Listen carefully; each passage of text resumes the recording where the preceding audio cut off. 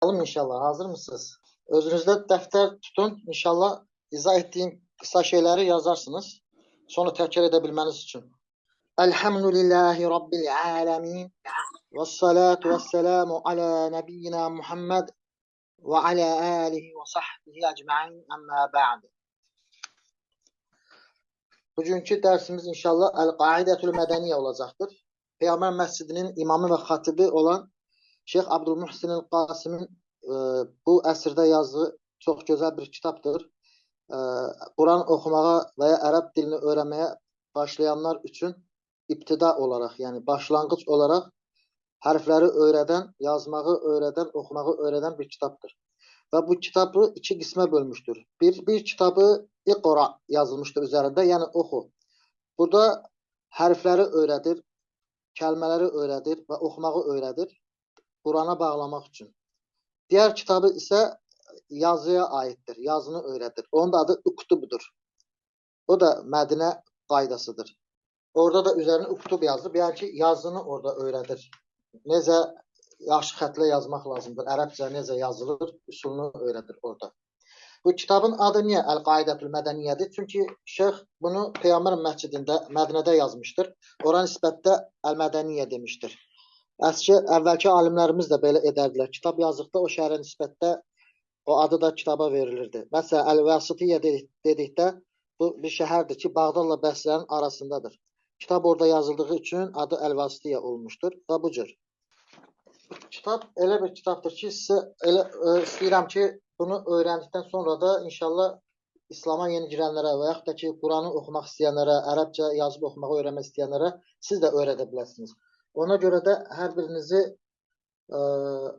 burada tədribat edəcəm inşallah. Yəni ki, burada çalışacaqsınız səsləri oturtmaq üçün, hamısı, bütün hərfləri, bütün təmrinləri, çalışmaları inşallah burada bərabər görəcəyik Allahın izni ilə. Sonra da siz də öyrədə bilərsiniz Allahın izni ilə. Burada Əl-Qaidə deyilsə, qayda nə deməkdir? Mədinə qaydası. Qayda elmi bir təhsildir. Elmi bir əsasdır. Elmi bir əsası oturtmaqdır. Şeyx Abdülmuhsin el-Qasim bu kitabı bir çox nəhv, lüğət, sarf alimlərinin kitablarından istifadə etmişdir. Ona görə də bu kitab çox dəyərli kitabdır. Buna qədər Əl-Qaidətü Nuraniyyə adlı gözəl bir kitab var. Ondan genəlliklə öyrədilirdi. Şeyx Abdülmuhsin el-Qasim isə bunu çıxardıqdan sonra izah etdi ki, bu ərəb üsuluna daha uyğundur. Çünki Əl-Qaidətü Nuraniyyədə biraz yeni öğrenciler üçün çox çətin idi. Çünki birbaşa kəlmələri heca etməyi öyrətmirdi. Dolayısıyla gəlib çıxırdı ora bir kəlməni heca etdirdikdə. Ona görə çətin oldu yeni başlayanlar üçün. Çünki zehində öncəki hərfləri, kəlmələri tutması lazım gərəkirdi. Və həm də ərəblərin fəsahatinə uyğun olması üçün bu kitabı yazmışdır. Ona görə də bundan öyrənməsi daha kolay və daha fəsahətə uyğundur. Amma ikisində də fayda vardır. İkisindən də öyrənmək olar, heç bir problem yoxdur. Zaten bu kitablara aid bir çox kitablar vardır. Hamısından istifadə etmək olar. Məqsəd eynidir. Bu kitabı şeyx bu cürə yazmışdır ki, zehni silsiləyə uyğun yazmışdır. Yəni ki, öncə hərflərin adlarını öyrədir, sonra şəkillərini öyrədir, səsləməsini öyrədir, hərflərdən sonra hərəkələri öyrədir, sonra hərflərlə bərabər təmrinləri öyrədir, sonra kəlmələrə keçir və bu cür. Rahat tərtiblidir və bunda məqsədi sonda inşallah insanın Qur'anı oxumasını bilməsidir. Allahın izni ilə biz də bu cürə sonlandıracağıq Allahın izni ilə. Bilməniz lazımdır ki, bu kitabda olmayan şeylərdir. Ona görə bunları yazmanızı rica edəcəm. Ərəb dilində 29 hərf var. Sizə bütün bu incələrə, xırdaqlara girməyəcəm. Sadəcə bunu bilin ki, 29 hərf var. Amma bəzi alimlər həmzəni hərf olaraq görməmişlər, hərəkə olaraq görmüşlər. Ona görə də demişlər ki, ərəb dilində 28 hərf var. Cumhur alimlər, yəni alimlərin çoğunluğu həmzəni hərəkə görürlər, hərf görmürlər. Ona görə də olur, ərəb dilində 28 hərf var. Həmzə isə hərəkədir. Və Şeyx Abdülmuhsin Qasim də bu kitabda bu tərtiblə getmişdir. Alimlərin çoğunluğuna tabi olmuşdur. Ona görə də alimlər arasında kitab olmuşdur ki, ərəb dilində 29 hərf mi var, yoxsa ki 28 hərf mi var?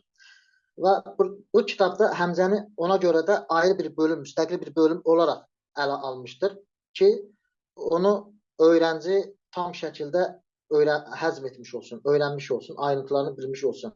Və həm də bu səbəblədir ki, həmzə genəlliklə illət hərflərindən sonra gələr. İllət hərfləri əlif və yədir.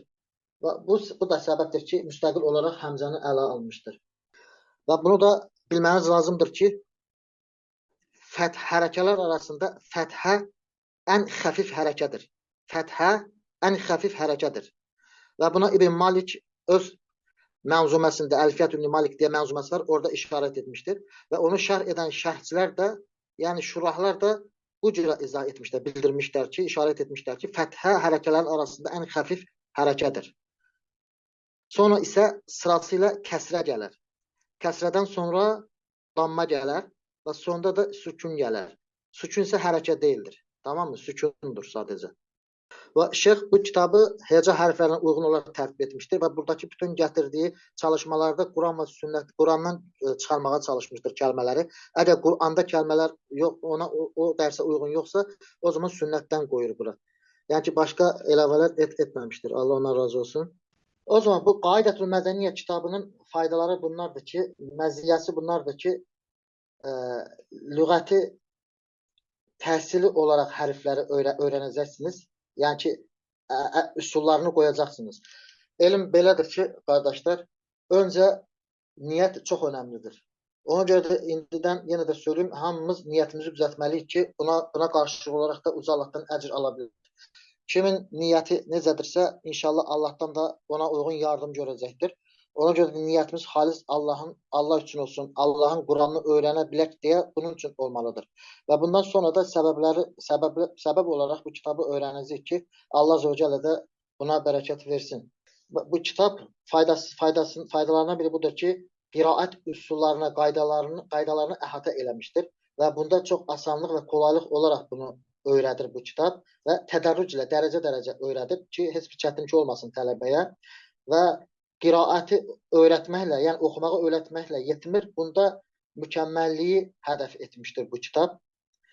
Dediyim kimi, Quran və sünnətdən örnəkləri, misalları gətirir və bu misallar da ki, çox açıq, aydındır və örnəkləri də ki, misalları da ki, təkrar etmir bu kitabda. Hər dəfə fərqli örnəklər gətirir. Bu qədər. Çox genişliyə getməyəcəm. Əgər ilərdə ərəbcə öyrəndikdən sonra inşallah o zaman bu kitabı yenidən ələ almaq olar və digər əhatəli şərhədə değinmək olar Allahın izni ilə. İndi sizə burada səhifəni qoyacağım ki, sizə də asan olsun Allahın izni ilə. Bir saniyə PDF-yi açım inşallah. Səhifə görsənirmi indi? Bəli, axıdır. Bəli. Tamam.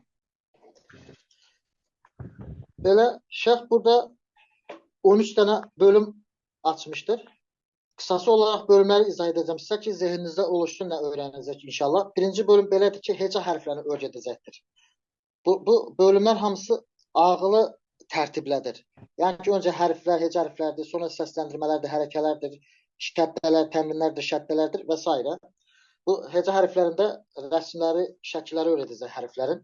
Sonra ikinci bölümdə hərfləri, hərəkələr və sükunlarla öyrədəcəkdir. Üçüncü bölümdə hərfləri tənvinlə öyrədəcəkdir. Dördüncü bölümdə hərfləri şəddə və hərəkələrlə bərabər öyrədəcəkdir.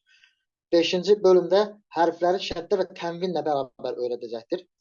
Altıncı bölümdə həmzətül qatla, həmzətül vaslı anlatacaq. Yedinci bölümdə təbii məddi anlatacaq. Səkizinci bölümdə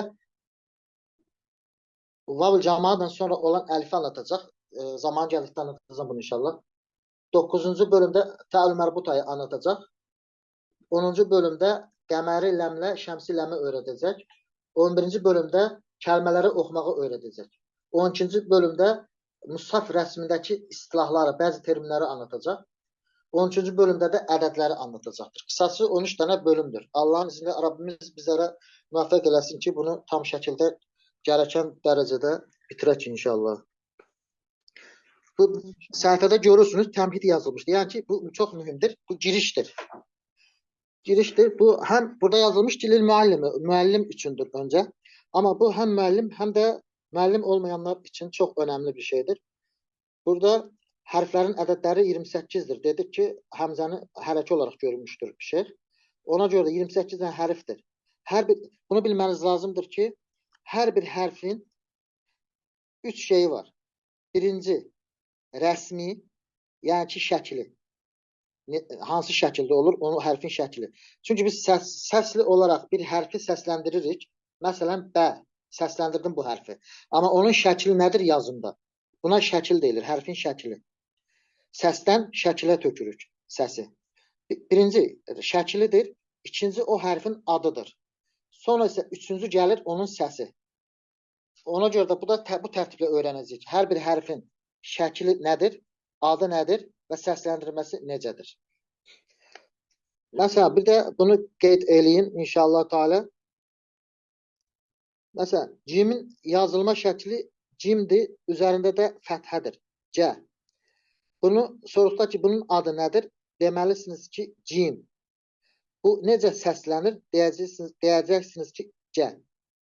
Ona görə cim hərfi sadəcə yazıldıqda cim hərfi şəkli var. Buradakı, məsələn, B hərfinə baxın və cim hərfinə. Cim yazılmış sağ tərəfdə. Cim. Bu onun səsidir.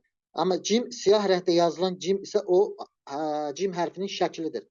Bunu sizə söylədikdə cimin yazma şəkli nədir? Deməyin ki, C. Mən səsləndirməsini soruşmuram. Yazma şəklini göstərirəm. Dedikdə bunun adı nədir? Deməyin ki, C. Çünki mən burada onun adını soruşdum. Adı nədir? Cim. Bəni deyirəm. Adı nədir? Deməyin ki, B. Deyin ki, B. İndi bunu keçəndə inşallah anlayacaqsınız. Məsələn, C yazıldıqda, C-dən sonra T gəldikdə belə oxunacaqdır. Gət. Deməyəcəksiniz ki, cim, T. Bu olur və T olmaz. İndi mən öncə sırayla oxuyacağım bu lövhəni, sonra hər biriniz bir-bir oxuyacaqsınız Allahın izni ilə. Çünki tətbiq etməmiz lazım.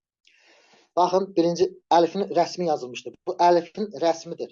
Sizdən də tapşırıq olaraq bunu istəyirəm evdə. Bu tablonu yazacaqsınız dəftərinizə. Yazılmış rasmul hərf. Hərfin rəsmi, şəkili. Bu əlifdir. Bunun ismi, adı nədir? Deyəcəksiniz ki, əlif. Amma diqqət edin, əlif deməyəcəksiniz. Əlif dedikdə bu sual soruşmaqdır. Əlif mi? Amma mən burada bizə sual soruşulmur. Sən burada cavab babından deməlisən ki, əlif, xəbər verərcəsinə. Əlif. O zaman bunun adı əlif. Və əlif özü sakin olur. Heç bir zaman əlifi tək olaraq səsləndirə bilmərik. Mütləq öncəsində bir hərf qoymağımız lazımdır. İstərsən bə qoy, istərsən ləm qoy. Hamısı olar. Məsələn, bə, bədən sonra olan o əlifin səsidir, uzatması. Bunu da deyim fayda üçün. Hərfin adları, sonları sakin olaraq oxunur. Məsələn, cim, şin, nun, sin, sinun demirik. Tamam mı? Bunu sükun olaraq oxuyuruq. Amma vasl etdikdə, yəni birləşdirərək oxuduqda o zaman tənvinli olaraq oxuyacağıq. Tənvin mərfu olaraq. Tənvin mərfu. Yəni ki, bu cürə. Sinun, şinun, cimun. Yəni ki, vaqf etməzsək, keçərsək, oxumağa davam edərsək, tənvinli oxuyacağıq. Ona görə də Quranda da belə olmuşdur. Məsələn, surədə deyir ki, nun, sükunu olaraq hərfin adını verir. Məsələn, əlif, ləm, mim, sükunu olaraq verir.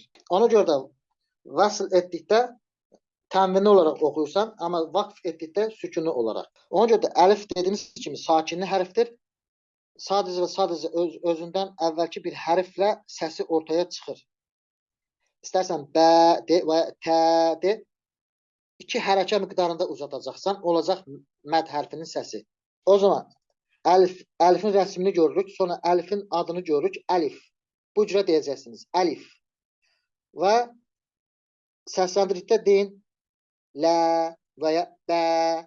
Dedikdə ki, əlifi səsləndir, deyəcəksin ki, bə. Bə hərfi. Bu bənin yazılma şəklidir. İkincisi ortada olan qırmızı hərf isə adıdır. Bunu da qeyd edin. Ərəbcədə hərflərin adları 2 şəkildə gəlmişdir. Birincisi, hərfin adının sonuna həmzə qoyulur. Bu cür. Bə, tə, bu cür. İkinci şəkli isə həmzəsiz sadəcə məddi uzadaraq. Bu hərfin adı olur. Məsələn, bu cür. Bə, tə, tə. Bu ikisi də fəsihdir. İkisi də səhihdir. Amma Quran ikincisinin üzərinə gəlmişdir. Yəni həmzəsiz olanı sadəcə əliflə uzatmaq. Bə, tə bu cürə gəlmişdir. Məsələn, Tahə burada həmzəsiz gəlmişdir. Əlif olaraq. Burada isə şeyx həmzəli olan qismini vermişdir. Həmzəli olan adını vermişdir. Bu da səhihdir. İkisi də səhihdir. Və səsləndirdikdə bu cürə deyəcəksiniz. Bə, bə. Buna diqqət etməmiz lazımdır. Bə dedikdə nə çox uzatmamalıyıq, bə, nə də haqqını yeməməliyik, almamalıyıq. Bə. Belə deməməliyik. Bə, bə. Ağzı açmaq lazım. İki çənəni açmaq lazımdır. Amma ifrat dərəcəsində deyil, orta dərəcədə. Bu tə hərfinin yazılma şəklidir. Bu hərəkəli olaraq hərfləri səsləndirdikdə, məsələn, bə, tə, bunun səsinin miqdarı bir hərəkə miqdarıdır. İki hərəkə miqdarı olduqda əlif səsi olur artıq. Ona görə də bunların hamısına tətbiqdə diqqət edəcəyik. Bu tə hərfinin yazılma şəklidir. Adı tə, həmzəli. Səsləndirikdə tə. Bu sə hərfinin şəklidir.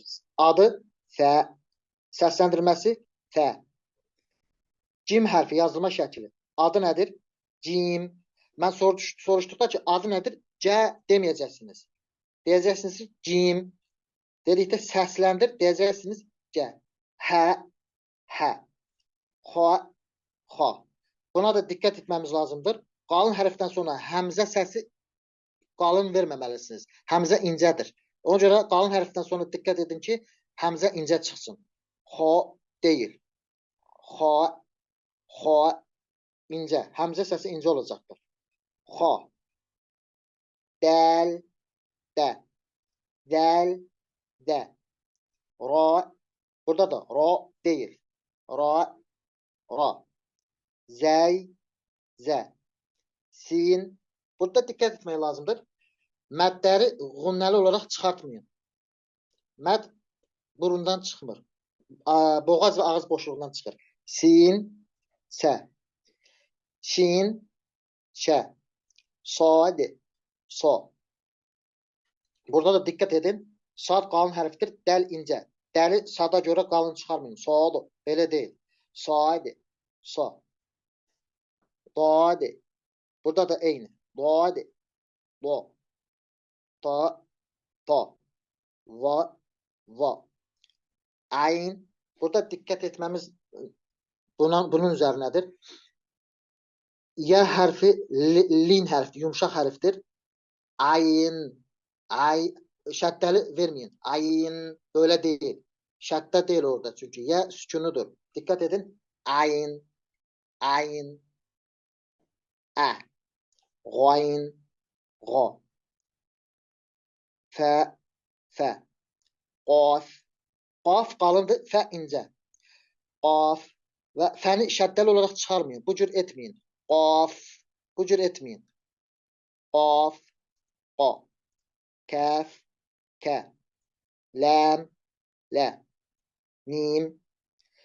Mim hərfiğunnə hərfidir. Bəzi hissəsi burundan çıxar. Ona görə diqqət etmək lazımdır. Ya hərfi ortadadır. Bu iki mimin ortasındadır. Diqqət etməmiz lazımdır ki, ya hərfində burundan çıxarmayaq. Çünki məd hərfidir. O burundan çıxmır. Mim bu cürə olmaz.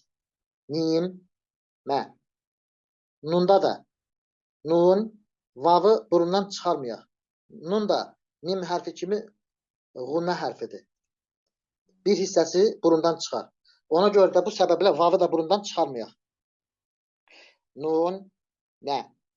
Hə, hə. Vəv, və.